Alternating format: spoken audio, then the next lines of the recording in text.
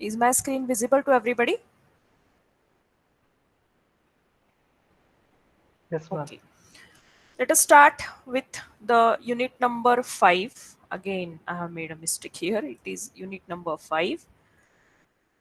Unit number 5 consists of two parts. In the first part, you will learn about the concept of column. What is exactly the column and what are the various Indian standard code requirements for design and reinforcement detailing of short columns. Okay, for your syllabus, we have included the design of short column only. Rather, in practice also, we design the column as a short column only. At certain locations, we need to design the column as long column, but their design concept is little different than what you are going to learn under short column design. Then you learn about the designing of column for different loading conditions. That is for first part, and second part you are going to learn about the design of isolated column footing. Okay, so that part we will see later. Let us start with the first part, that is design of column, which are also called as compression members. Now in structures, in any structure, specifically if you consider the reinforced concrete structures, the members which are subjected to axial compression are called as the compression member, and in case of RC structure, the compression members are called as columns. And in case of steel structures, the compression members or the columns or the vertical members which are specifically subjected to axial compression, these are called as stanchion. See, the function of both the members, whether it is steel structure or RC structure, the function is same. It is a column. It will carry the axial compressive force from the member which are connected to that particular section and to carry the force safely to the footing. That is the function of the compression member or in general column in any building. But when we refer a column in steel structure, it is called as stanchion. For RC structure, we call this vertical member as a column. Now, again, depending upon the dimension of the compression member, the vertical column member is called as a column or is classified as a column when the effective length of column is greater than 3 times the lateral dimension. Okay, lateral dimension of the column. Now, lateral dimension means width and depth. If the effective length is greater than 3 times the width and the depth of the section, then we term it as, or we call it as a column. If not, then the same section, though it is carrying axial compressive force, it is called as pedestal. Okay, and the column members, sometimes they are subjected to only the axial compression, whereas sometimes along with the compression they are also carrying certain bending moment. Okay, so such columns which are subjected to axial compression along with bending moment, we all we all know that when there is a bending moment, there will be always some accompanied shear force also. So such section which are subjected to combined effect of axial compression as well as bending moment, these are also sometimes called as beam column member, or or they are also called as the columns subjected to eccentric loading. Okay, because of the eccentricity, whatever is the moment developed, that is actually the bending moment acting on a column, and hence the same column is also called as the eccentric column. Okay, so these are the basic concepts related to column. We all know that what is the basic function of the column. So the function of the column, that all the superstructure or the members of the superstructure are resting on our column. Not only the column is also a part of a superstructure, no doubt, but all the members like slab, beams, they are resting on the column. Slabs are not resting directly on the column in case of RC structure. In case of flats, the RC structure means in case of the structures or frames where the beams are present. In case of flat slabs, yes, the slabs are directly resting on the columns. When we construct the flat slabs, we do not construct beams, or rather we don't require beam. The flat slabs are directly resting on the columns. So whatever the load is coming from the slabs or from the beams, that load is transferred to the column, and column, the function of the column is to support all these members and to carry the load coming from all these members safely to the footing. Okay, so any structure, if we want to withstand appropriately for a longer period, the column of the structure should be very strong.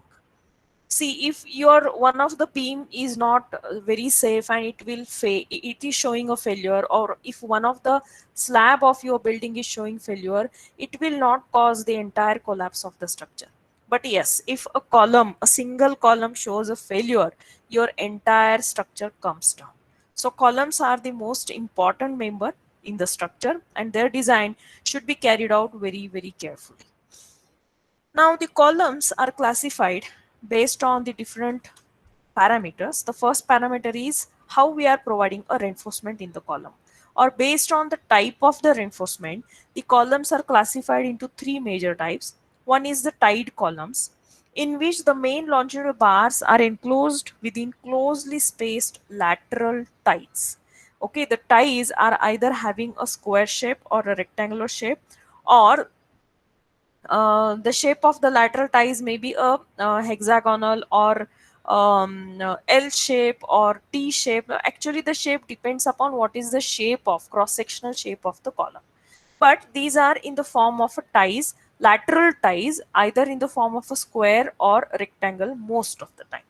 Okay, and these lateral ties are provided for the columns which are having a cross-sectional shape like square or rectangle or say hexagonal or say L type or say T type. These are the cross sections of the column. So in all these case, whatever the ties we are providing in a lateral direction, or these are also called as transverse reinforcement, these are such columns are called as tied columns. Second type is a spiral columns. The main longitudinal bars are enclosed within spiral reinforcement, and these are specifically provided for circular cross-sectional columns. Not circular, if not circular, then sometimes we need to provide the octagonal shape. Okay, so in case of octagonal shape also, the ties are provided in the spiral fashion, and hence the type of the column is identified as a spiral column. And the third type is a composite column. In the composite column, the reinforcement is provided in the form of a structural steel with or without longitudinal bars. It means there is a concrete column, and inside that concrete column a steel section is also present. Steel section means I section, channel section or angle sections, which are provided inside that column as a reinforcement. Normally, if you observe any reinforced concrete structure, the reinforcement is provided in the form of a solid circular bars. Okay, solid circular bars. But in case of composite columns, instead of providing the reinforcement in the form of solid circular bars, these are provided either as a steel section itself, like a I section or a channel section, and surrounding to that I and channel section, the concrete is poured. Okay, so these are called as the composite column. So either it is a I section, so obviously if we provide a I section or channel section as a reinforcement, the outer concrete will take a form or will take a shape of either rectangle or square, right, depending upon what is the dimension of the I section or channel section. But if instead of I section or channel section, if you are providing a hollow steel section, hollow circular steel section, then obviously your composite column will be having a circular cross-sectional shape. Okay, so these are some of the diagrams showing the details. See the first diagram. It is identified as a tied column in which the cross-sectional shape of a column is rectangle. The holes or the circles which you are observing at the corner, these are the main reinforcement, or in case of column, these are called as longitudinal reinforcement. And a surrounding reinforcement is provided in the form of ties. These are called as the lateral ties. Okay, so if you consider a vertical section of a column, so these vertical lines are representing the longitudinal bars, and these horizontal bars are representing like a ties. See, ties means these are nothing but the stirrups provided inside the column, but the stirrups are specifically used to represent the shear reinforcement in beams. But just to understand, if you consider a beam in vertical fashion, it will look like a column. That's it. Okay, so ties are nothing but like a stirrups. These are provided surrounding the main reinforcement. So this is tight column. Second is spiral column. Spiral column in which especially the column is having a cross-sectional shape of circle or circular cross-sectional. So you can see here these are the hollow bars, or actually these are not, these are the solid circular bars, but here I have shown as a single hollow bars. These are nothing but your longitudinal bars, and the surrounding dark line is actually the spiral reinforcement, or it is actually a transverse reinforcement which is provided in the form of a spiral shape. Okay, this is the vertical section. The reinforcement is provided in the spiral shape. Okay, this is called as a spiral column. And the third type is a composite column, in which I have shown, I have explained already, the reinforcement is provided in the form of a steel section itself. Sometimes the combination of both is done, that is a steel section is also provided, and then longitudinal reinforcement and the lateral ties are also provided, and then everything is inside the concrete. Okay, or sometimes a steel pipe, hollow steel pipe is provided, and a concrete is poured inside that steel pipe as well as outside up to a certain distance. That distance is normally identified as a cover to the reinforcement. Okay, so these are the examples of a composite section. Is it clear, students, the classification of column based on type of reinforcement? So obviously the type of reinforcement, when it changes, the design criteria will also change little bit. We are not including composite column for your syllabus. We have included the tied column and spiral column for the design. The next type or the next classification of column is based on the loading, how the load is acting on a column. Based on that, there are three types. One is the axial loading, second is uniaxial eccentric loading, and third is biaxial eccentric loading. So let us consider this first diagram. In this diagram, this is actually the front view of your column, and it is subjected to the axial compressive load. So this load is acting exactly at the CG of your rectangular cross section. So this particular arrangement or this type of a loading is called as axial loading, in which the load point or the action line of action of the load coincides with the CG of the section. So this is a concentric loading. Second type of load, sometimes the load is not exactly at the CG of the section, but it acts at a certain distance from the CG. So in this diagram, you can see that the load is acting somewhere here at a certain distance, denoted by E, which is called as eccentricity. Okay, this is the eccentricity in the loading. So now the eccentricity in the loading is along only one axis. So it is called as uniaxial eccentricity or uniaxial eccentric loading. So now this, due to this eccentricity, so if I will consider the product of P into E, it is giving me the moment. So the same column is considered as a column subjected to axial load plus bending moment. And that bending moment is only about one axis, so it is called as uniaxial column. Okay, so it is this type of a load, this type of a column is called as uniaxial column, or the column subjected to uniaxial eccentric loading. And the same load, if it is not acting concentrically, it is acting eccentrically, but the eccentricity is about both the axes. So this is x axis and this is y axis of the column, and the load is acting somewhere here. So it is eccentric along the y axis and it is eccentric along the x axis also. Okay, so this eccentric loading is identified as biaxial eccentric loading, because by considering both the eccentricities along x and y direction, we can find out the moment along x and or moment about x and moment about y axis of the column. So in this case, the column is subjected to bending moment about both the axes along with axial loading. So the same load is transferred at the center, and the moment is also acting about the both axes x as well as y. So this is a third type of the loading. Now if you consider any RC structure, we always have to deal with all these three types of columns. Okay, The columns are also, or are the columns which are subjected to axial loading are also present in the frame. The columns which are subjected to uniaxial eccentric load, these are also present in the frame, and biaxial eccentric loading, such columns are also present in the frame. So how these are identified? Suppose this is your plan of any particular structure. Consider the corner columns. In case of a corner columns, the beam is coming from this side and this side. So whatever is the reaction we are getting from this beam, it will act at a certain eccentricity on this column. Similarly, the reaction coming from this beam will act at a certain eccentricity on this column. So there is the eccentric loading in both these direction. So this corner column is always designed as a column subjected to biaxial bending. Okay. Now if you consider this column, this is also exterior column. Okay, all these exterior columns.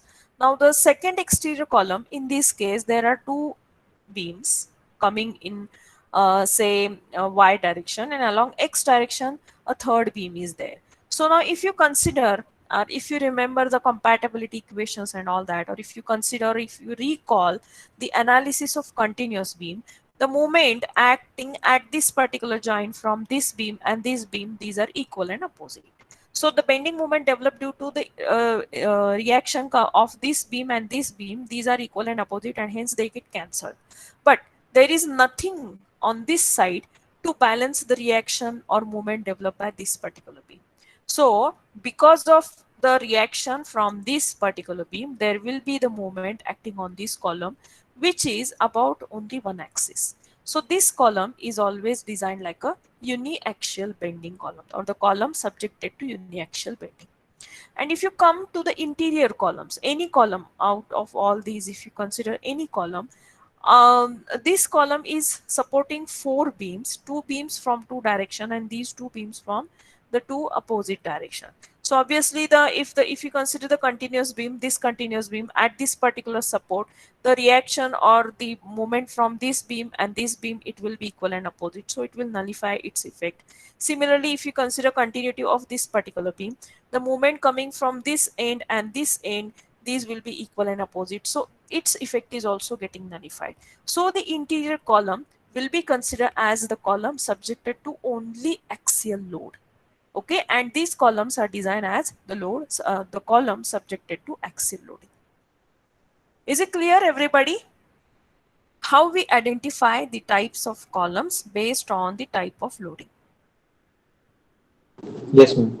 Yes, ma'am. Now the same step or the same identification you need to do for your plan. You have developed already your own plan. You just observe the plan of your first floor or ground floor, and you have already shown the location of the column. So find out which are the columns which are subjected to biaxial bending, and how many are the columns which are subjected to uniaxial bending, and how many are there which are subjected to axial loading. Okay, out of all these, now if we consider this particular plan, there are 1, 2, 3, 4 columns which are subjected to biaxial bending. 1, 2, 3, 4, 5, 6, 7, 8, 9, 10 columns are subjected to uniaxial bending, and these inner or interior columns, 1, 2, 3, 4, 5, 6 columns are axially loaded column. Now there is no need to design all these columns. The design will be some or less will be similar for all the columns. If you consider one type, that is axially loaded column, the design of all the columns will be somewhat similar, depending upon how much variation is there from the load coming from beam. Okay, so you are supposed to design only one interior column which is subjected to axial load, only one column which is subjected to uniaxial bending, and only one column which is subjected to biaxial loading. Okay, so only three columns you are supposed to design, and the column will be designed from terrace to the ground floor by considering that full height. Okay, or for all the entire column you are supposed to design. Is it clear, everybody? Yes, ma'am. Okay. Now there is third type also in the column, which is based on the slenderness ratio. Okay, this is a third type of classification of the column, which is based on the slenderness ratio. Now let us understand first what is the slenderness ratio. Slenderness ratio is defined as the ratio of effective length of a column to the lateral dimension. So if this ratio, now IS code has put certain limitation to this particular ratio, because what is the impact of this ratio, the slenderness ratio? If a column is having a high slenderness ratio, it means the column is slender.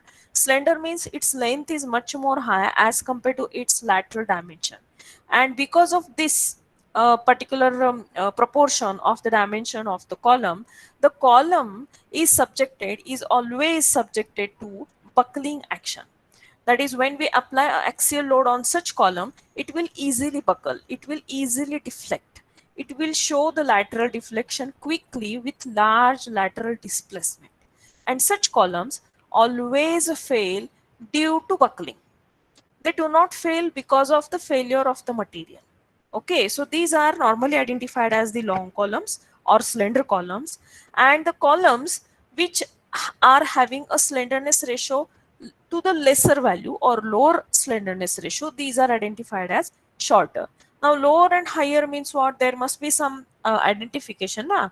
Like one way and two way slab, we have a ratio of Ly by Lx less than 2 greater than 2, that's a particular value. So that value is given by IS code, which is specified as 12 by Indian standard code. See, if you consider, if you refer other country codes, this value differs. Different countries specify different values, and based on that they identify the short and long column. In India, we are identifying a short column as the ratio of effective length to lateral dimension, that is the LEX by D. LEX is the length of the column along X direction divided by the depth, or LEY divided by width. This should be 12. If it is less than 12, we identify the given column as short column. If it is greater than 12, we identify the column as a long column. Okay. Now this particular clause is given on page number 41, clause number 25.1.2 in IS 456. I hope everybody is sitting with IS 456 in your hand. Now, what are the limits for that? Again, the slenderness ratio, we have already discussed about the definition of slenderness ratio, which is defined as a ratio of effective length to lateral dimension. Now, what is the effective length? Effective length is a term which depends upon the unsupported length. Okay. Now, unsupported length is denoted by L, or overall length of the column is defined is denoted by L, and based on the support conditions given to the column, we can calculate the effective length of the column by applying certain multiplication factor. Okay, that multiplication factor is normally identified as K. So L effective is equal to K into L. Okay, and this K factor depends upon the boundary conditions or support conditions, how the ends of the columns are supported, whether it is a fixed support, whether it is a hinged or pinned support, whether the translational movement or the transverse displacement of the column is restricted or not. Depending upon all this, the K value changes. Okay, we will soon discuss about this K value. So what is the slenderness limits? The unsupported length between end restraints shall not exceed 60 times the least lateral dimension of the column. This is the another restriction given to the slenderness ratio. And if any given plane, one end of a column is unrestrained, its unsupported length L shall not exceed 100 b square by d. Again, these clauses are given on page number 42. Let us go to the IS code and check the page number 41 and 42. Are you able to see the code here? Yes, ma'am. Okay. So this is page number 41, and on page number 41, clause 25, all it gives the details about compression members. The first is the definition. Column or strut is a compression member, the effective length of which exceeds 3 times the least lateral dimension. We identify a compression member as a column only when it exceeds 3 times the least lateral dimension. If not, The same member is, if it is vertical, we call it as pedestal. If it is inclined, we identify it as a compression member in case of trusses, or specifically to talk in case of trusses, we identify the member as a strut if it is always subjected to axial compression. Okay, so the compression member, if it is a part of a crane, the same member is identified as a boom, BOOM, boom, which is always subjected to axial compression. So depending upon a type of a structure, the compression member have different names. But in case of RC structure, as just discussed just 10 minutes earlier, I have discussed that the same member, column member, are identified as a stanchion in case of steel structures. So depending upon the types of various structures, the same member means the member which is subjected to axial compression is identified by with different name. In case of RC structure, if the ratio of effective length to the least lateral dimension is greater than 3, then and then we call it as a compression member. Otherwise, it is termed as pedestal. Okay, so this is very important. Your column dimension should be such that the ratio of effective length to the least lateral dimension should be more than 3, or rather the effective length should be more than 3 times the lateral dimension. Now, how to identify short and slender compression members? It is given here. A compression member may be considered as short when both slenderness ratios, that is LEX by D and LEY by B, are less than 12. Then the column is to be identified as a short column. See, when you design a column as a short column, this ratio must be satisfied. Suppose you are not getting this ratio satisfied. If this ratio is coming greater than 12, the simple way, adjust the lateral dimension of your column. That is nothing but we are designing the column, right? We have to design a column as a short column in such a fashion that this ratio is coming less than 12. If it is coming greater than 12, you adjust the lateral dimension, you increase the lateral dimension so that your ratio will become smaller and smaller. Okay, so the details are given here.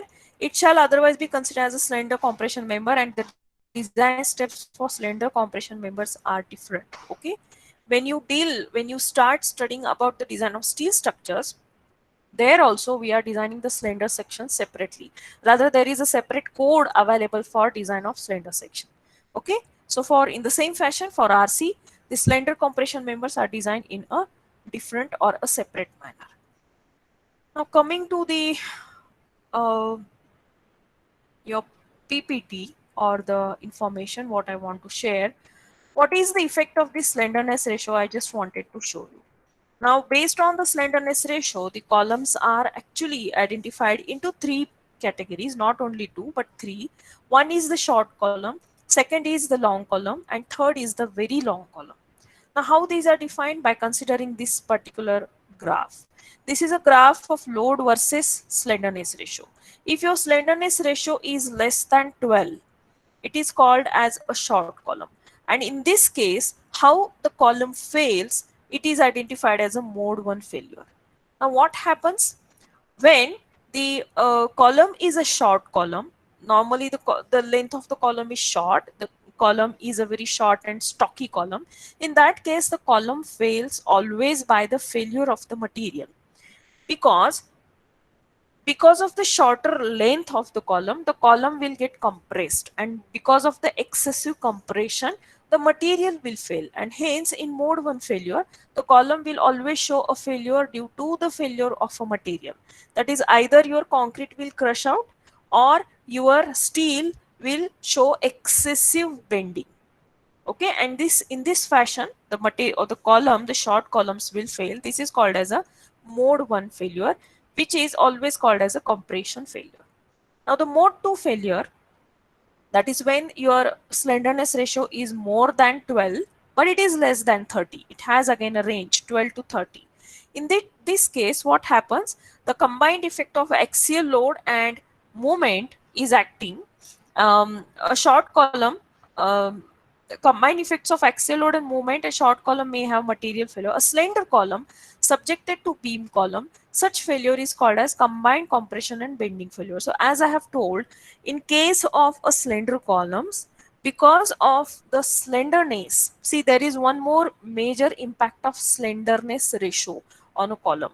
See, when a column is slender, even after a small application of a compressive load, the column quickly bends. And if we go on increasing the loading further, the secondary movements get developed on that column. That secondary movement is normally called as a P delta effect. And when the P delta effect is taking place in case of a column, we need to go for a second order analysis. Okay, in first order analysis, or whatever the analysis of columns right now we are doing, it is first order analysis, in which these secondary movements are completely neglected. Okay, but in case of slender columns, we need to go for the secondary analysis or second order analysis, in which the secondary movements develop in the column due to its slenderness is to be considered in the design. Okay, and hence the failure of such columns are always because of the combination of compression and bending, excessive bending. Because of the excessive compressive load and excessive bending, the failure takes place. So this is the failure in mode 2. And the third case is the columns which are identified as a very long column, in which the slenderness ratio exceeds 30, or it varies between 30 to 40. In this case, the column is actually elastically unstable. Okay, the elastic instability is the major reason for failure of such columns. Okay, so these are a very long column, and even under a very small load, much before the material reaches the yield stresses, the failure of the section takes place. And this failure is specifically or majorly because of the buckling action. Okay, this is the elastic buckling. So the failure is because of the elastic buckling, which is called as a mode 3 failure. So slenderness ratio has this impact on the column, that if it goes on increasing, your column becomes more and more slender, and it is susceptible to more and more buckling action.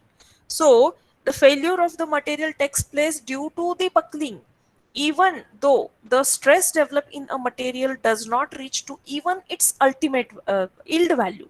Not, I'm not considering about the ultimate point, I'm simply considering about the yield point. The stresses developed do not even reach to Fy. The stress developed in steel or the stress developed in the concrete, it does not reach to its maximum value. Before that only the column fails because of the buckling. This is called as mode 3 failure, and we never design such columns, mode 3 failure columns. Okay, so in your syllabus we have included only the design of short columns. Now we have already discussed about the slenderness ratio, we discussed about the effective length. So as I have told, effective length is depending upon unsupported length, and this unsupported length is calculated by using certain guidelines as given in IS code. So IS code IS 456 specifies the clause 25.1.3 on page number 42, which gives the instructions how to calculate the unsupported length of a column at different situations or in different structures. So if the flat slab construction is done, then how the unsupported length is to be considered. I'm not going to read this because we are not designing flat slab. This is what is important for us. In beam and slab construction, it shall be the clear distance between the floor and the underside of the shallower beam framing into the columns in each direction at the next higher floor level. How to calculate unsupported length, that is explained through this single statement.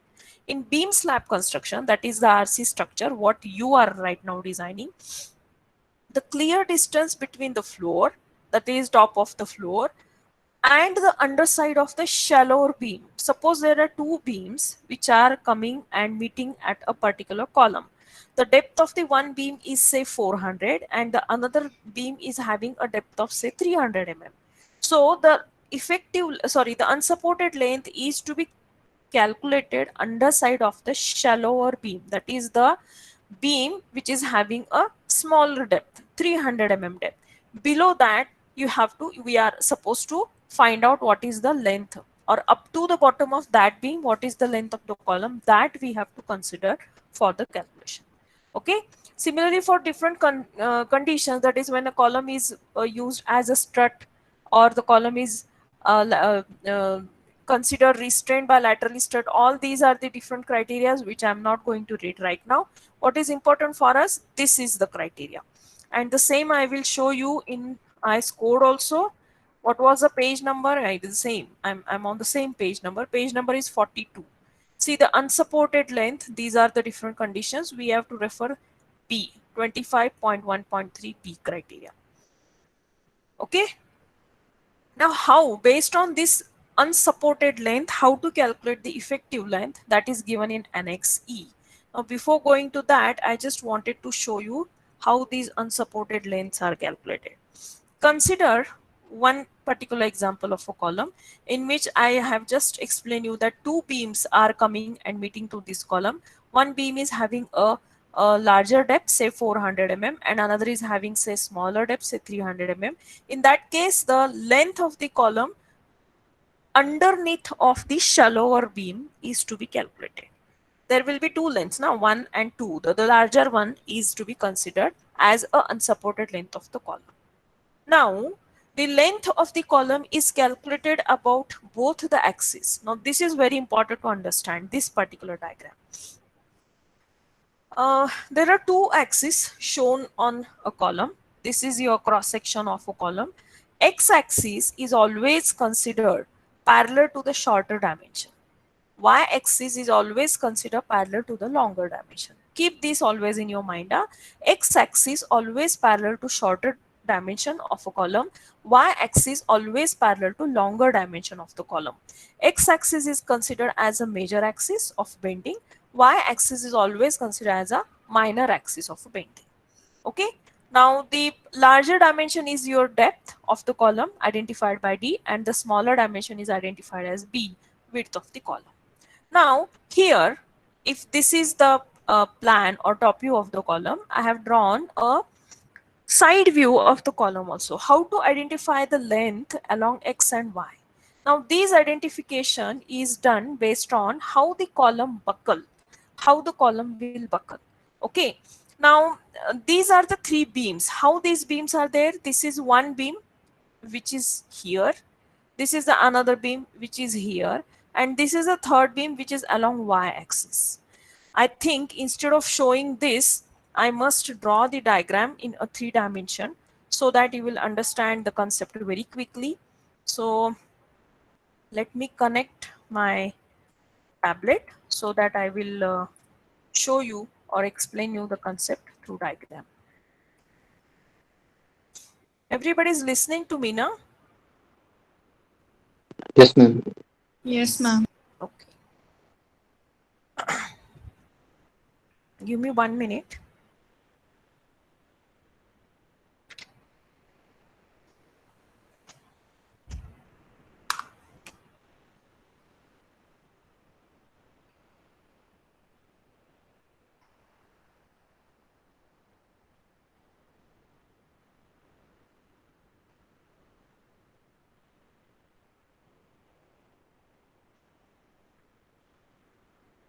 Okay, are you able to see the Word file, Word document, which is blank right now?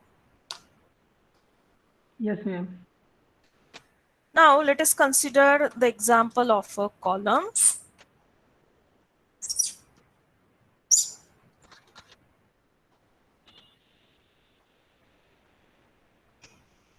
Suppose this is a column. I will try to draw a 3D diagram so that you will understand the concept of buckling also. Okay, this is our x-axis and this is the y-axis, and this is our column. Okay, now this dimension is identified as D, depth of the column, and this dimension is E, width of the column. Now how the column buckles? There is a discontinuity over here. Okay, when because of the external loading acting on this column, the column may buckle in two directions. Suppose a column is buckling about y-axis. This is our y-axis. So the buckling will take place like this. The column will buckle like this. Okay. It will bend like this. Okay. And when a column is buckled or is buckling about the x-axis, the buckling will take place like this. Okay, the column will buckle like this. So the column is buckling about y-axis in this fashion, or the column is buckling about y-axis in this fashion. Okay, now we have drawn the beams also. So I will show the beams with some different color now here again. A beam is coming from this side. Okay,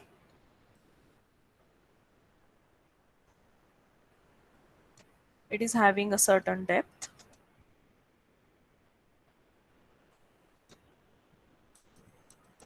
Okay, this is a beam. And another beam is also there, which is coming from the another side, like this. Okay, these are the two beams. And a third beam is also there, which is coming from the another side, which is in this direction. So this is my third beam, like this.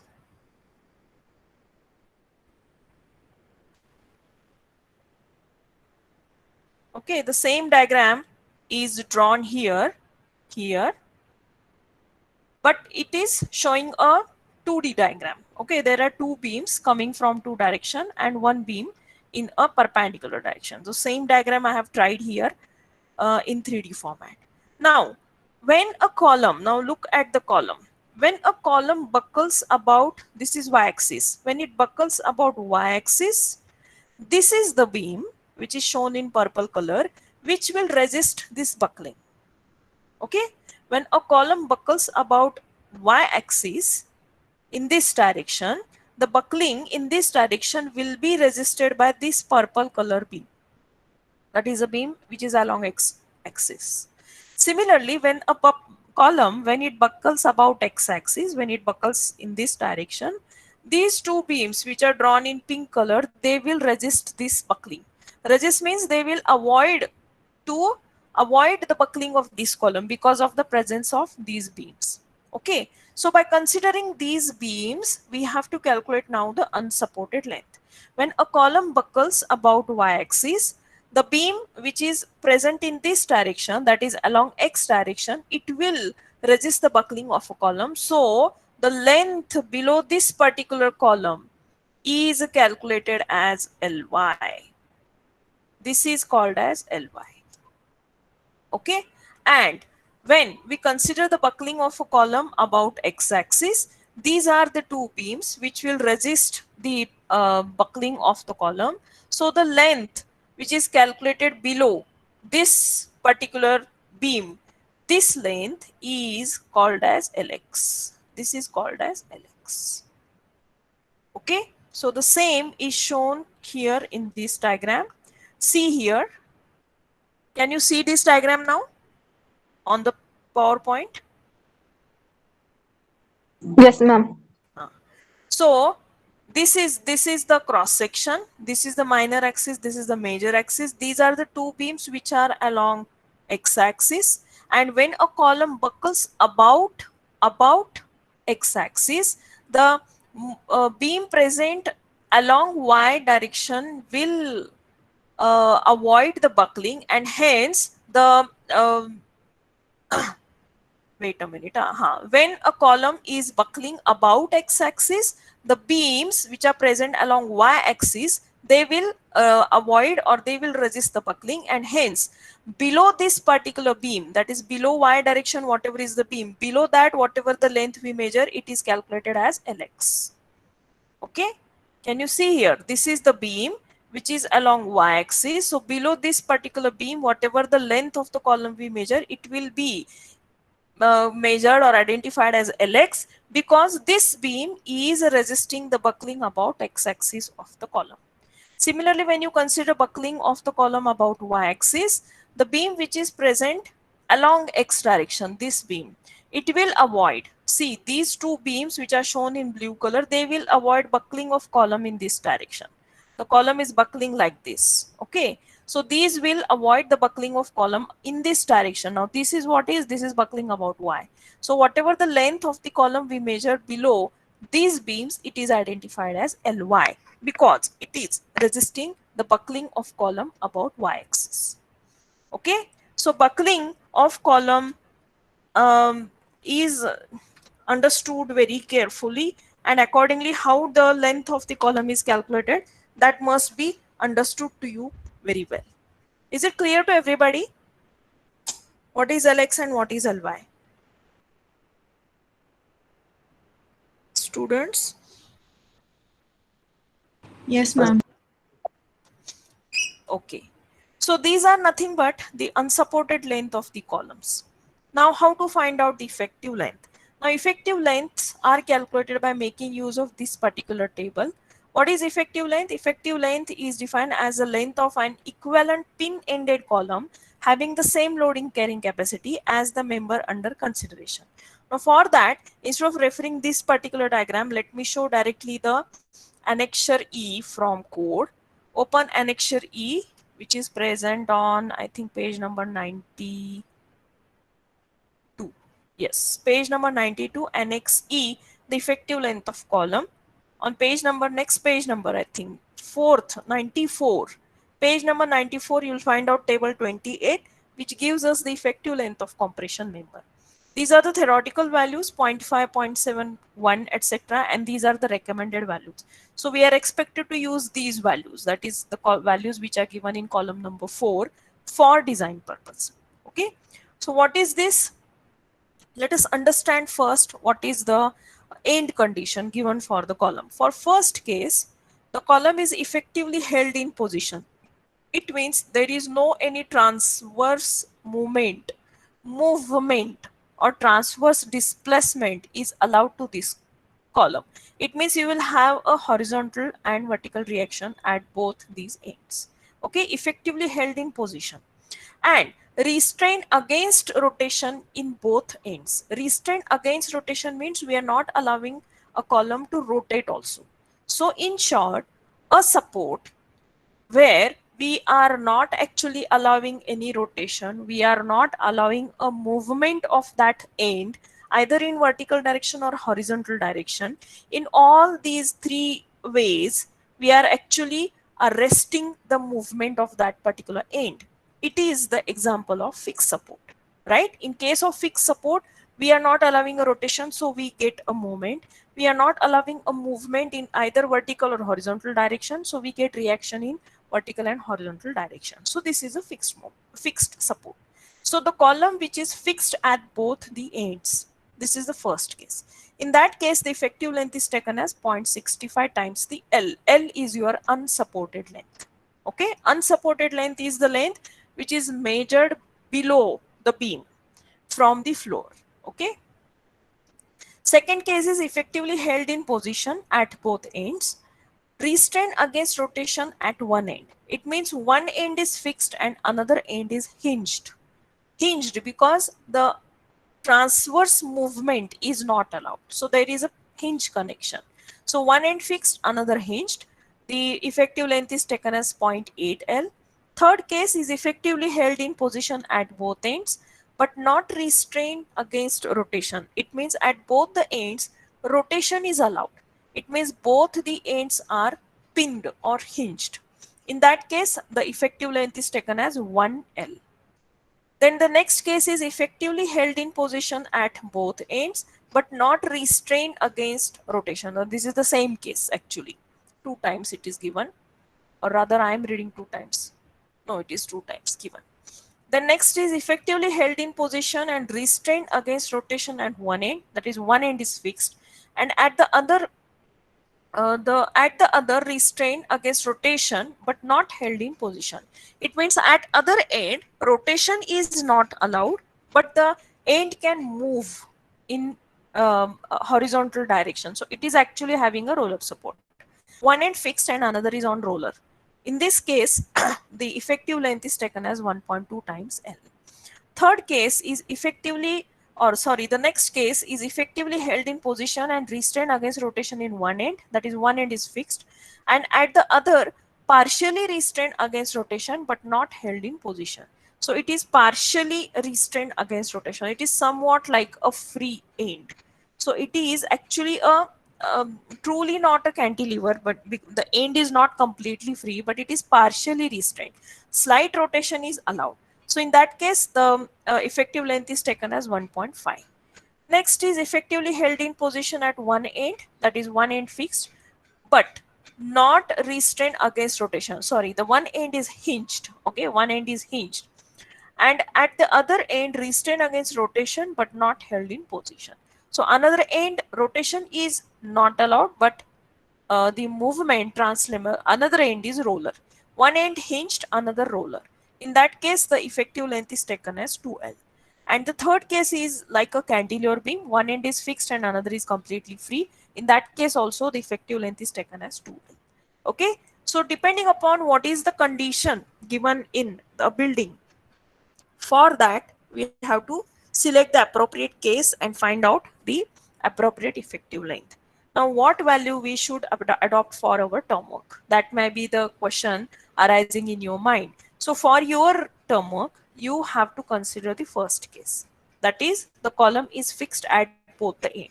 It has a proper support at top also, that is at the first floor level, and at the second floor, sorry, at the ground floor level also it is fixed. So consider the first case, effectively held in position and restrained against rotation in both the ends, and use the effective length as 0.65 L. Okay, is it clear? The concept of effective length. Now, I just wanted to explain you the various clauses and the various details of reinforcement, but I think the time is limited. So I need to consider this part tomorrow. All right. I will quickly go to the assumptions. Coming to the design steps for compression member. Whatever the assumptions we have referred for design of beams, the same are applicable for design of columns also. In addition to that, two more assumptions, or rather three more assumptions are given in the code. I will quickly go through that. The maximum strain in concrete in compression is taken as 0.002. The strain in concrete and steel are equal. The maximum compressive strain at the highly compressed extreme fiber in concrete subjected to axial compression and bending, and when there is no tension on the section, shall be 0.0035 minus 0.75 times the strain at the least compressed extreme fiber. So all these clauses are given on page number 70 of IS code. So I will quickly show you page number 70.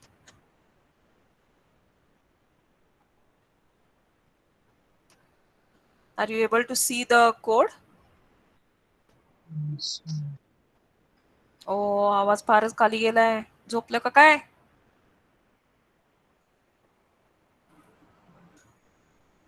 Yes. This is page number 70, limit state of collapse compression. In addition to the assumptions given in 38.1a to E, 38.1a to E. See, these are the assumptions which we have used for beams, A to E. All these are applicable for columns also. In addition to that, two are there. The maximum compressive strain in concrete in axial compression is 0.002, and the second one, which I have already read just 1 minute earlier. So I'm not going to read it again. So these are the two additional assumptions given for compression member. Okay. Now I will quickly go to the another point and then we will stop.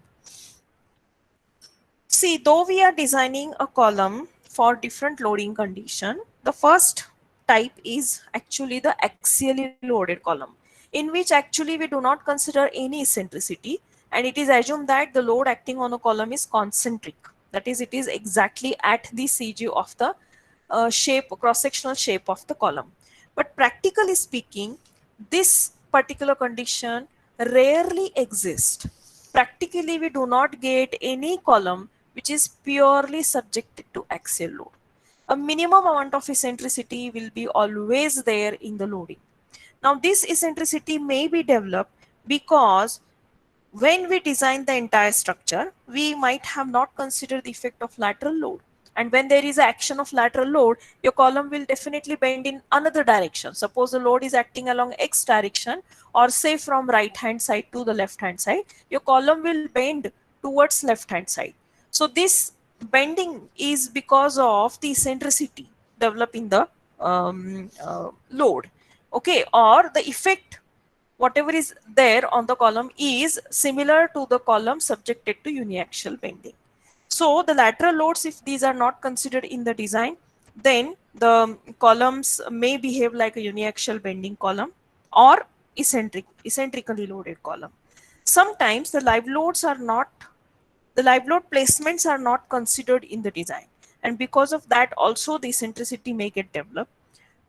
Maybe there is a accidental lateral load acting on a structure, or a eccentric load. Sudden impact is happening on a structure, or suddenly there is a earthquake in a particular region where we do not consider that the earthquake will take place. Okay, so this is an accidental load acting on a structure. So it causes the bending of a column. Sometimes the error may take place in the construction, such as the alignments of the beam and the columns are not exactly what is supposed to be. And because of that, the eccentricity in the loading may get developed. Sometimes the slenderness ratios which are calculated in the design, they have calculated or they are underestimated. What is actually the slenderness ratio, the actual calculated value is less than that, and practically the slenderness ratio is higher than what is for the value the uh, structure is designed. So because of any one reason, the eccentricity is always acting on the column, and hence in practice we never design a column as a purely axially loaded column, but we always consider minimum eccentricity into the column. So all columns shall be designed for the minimum eccentricity equal to the unsupported length of column divided by 500 plus lateral dimensions divided by 30, subjected to minimum of 20 mm. So what is the eccentricity? How it is calculated? Ex minimum Lx by 500 plus d by 30 or 20, whichever is greater, and in y direction Ly by 500 plus b by 30 or 20 mm, whichever is greater. So for these minimum eccentricity, we always design a column. In other words, we need to calculate the minimum eccentricity and we have to compare it with the lateral dimension. If the eccentricities are lesser than the lateral dimension, the column is to be designed like a axially loaded column. If not, in that case, we have to consider the effect of eccentricity and the column must be designed like a eccentrically loaded column. Now it depends upon what are the values. If Ex and Ey, both these conditions are not satisfied, it means your column will be subjected to biaxial bending. If only one is satisfied, one condition is satisfied, another is not, it means the column is uniaxially loaded column, and we have to design the column accordingly. Okay, so this is a criteria for minimum eccentricity which is given on page number 42. You can read it later on, or we will read it in the next lecture now, because it is already 2:05. So I will stop today and I will give you the link for attendance. All are requested to give the attendance through the link.